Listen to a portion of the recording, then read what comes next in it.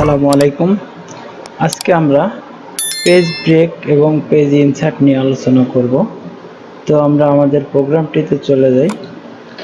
আমাদের এখানে 11টি পেজ আছে।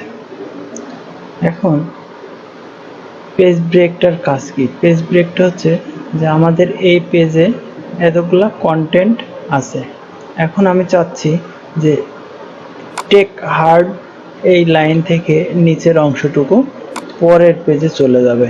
সেই ক্ষেত্রে আমরা ইনসার্ট বাটনে ক্লিক করব এবং পেজ ব্রেকে ক্লিক করব। তাহলে দেখেন আমাদের এখান থেকে পেজটি নিচের পেজে চলে গেছে। এখানে আরেকটি অপশন আছে ব্ল্যাঙ্ক পেজ। এখন আমরা চাচ্ছি যে এই পেজটি আছে হচ্ছে 2 নম্বর পেজে, তো আমাদের মাঝখানে আরেকটি পেজ দরকার। সেই ক্ষেত্রে আমরা ব্ল্যাঙ্ক পেজ ব্যবহার করব।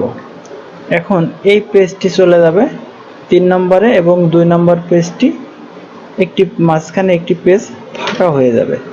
তো আমরা ব্ল্যাঙ্ক পেজে ক্লিক করলে আমাদের এটি 3 নম্বর পেজে চলে গেছে এবং মাঝখানে একটি ব্ল্যাঙ্ক পেজ তৈরি হয়ে গেছে।